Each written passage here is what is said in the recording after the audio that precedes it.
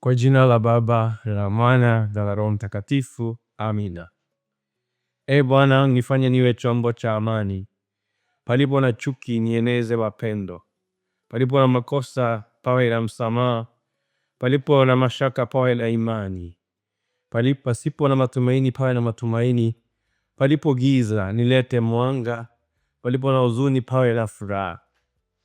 Bwana, unisaidie nitamani sana kufariji kuliko kufarijiwa, kuelewa kuliko kueleweka, kupenda kuliko kupendwa. Kwa kuwa ni katika kutoa ndipo tunapokea, ni katika kusamehe ndipo tunasamehewa, na ni katika kifo ndipo tunazaliwa katika uzima wa milele. Amina. Ndugu zangu, karibuni sana kwa tafakari ya leo.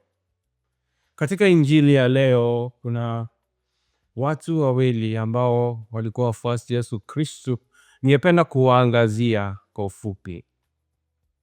Tunaambiwa kwamba Kristo alisema kwamba mmoja wenu atanisaliti. Na aliposema haya maneno, tunaambiwa kwamba wanafunzi walitazamana. Walianza kutazamana na kusema sio mimi, sio mimi. Ningependa kualika leo katika tafakari hii kujitazama kwanza kabla ya kutazama wale wengine. Uwe mstari wa kwanza, kujitazama kwanza, kuangalia moyo wako kwanza, tabia zako kwanza, kabla ya kuanza kuangalia maisha ya wale wengine. Ningependa pia kusema katika kusaliti huwa inauma sana, kwa sababu inatoka katika watu walio karibu na sisi sana, katika familia zetu, marafiki zetu, na pia wale ambao tunaofanya kazi nao, watu wa karibu. Na ndio maana hata Kristo mwenyewe ilimuuma sana kama wanadamu wa kweli na Mungu kweli, kwamba yule ambaye aliishi naye karibu sana na kula pamoja naye alimsaliti. Wa pili ambaye nilipenda kuangazia sio yule aliyemsaliti, bali ni yule aliyemkana, Petro.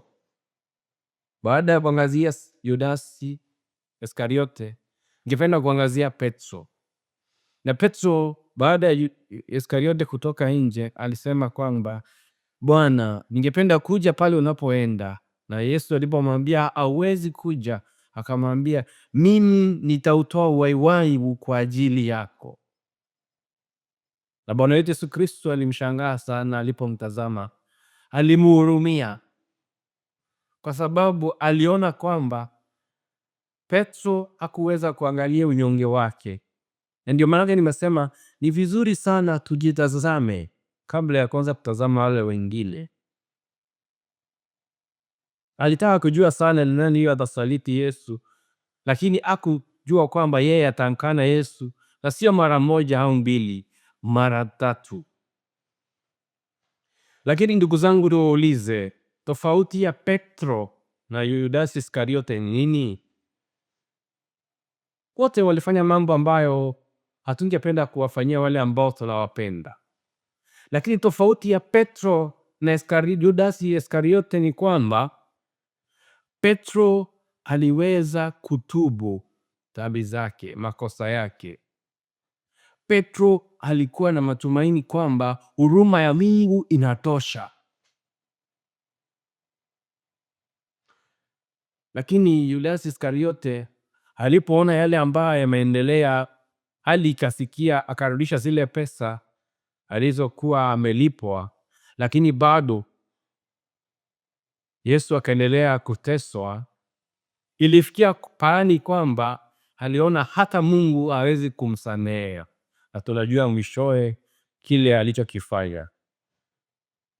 Basi nawahimiza siku ya leo, ndugu zangu, tusiwe watu wa kukata tamaa. Tumtumainie Mungu, tujue kwamba huruma ya Mungu inazidi dhambi zetu na makosa yetu. Kristo alijua kwamba Petro atamkana, lakini bado alichagua kuwa kiongozi wa wale wengine. Hivyo basi tumaini letu sio kwa nguvu zetu, bali kwa Kristo aliye hai. Mungu akubariki. Baba na Mwana na Roho Mtakatifu. Amina. If this video blessed your heart, kindly please subscribe for more daily Catholic teachings and click the notification bell to walk in God's Word every day.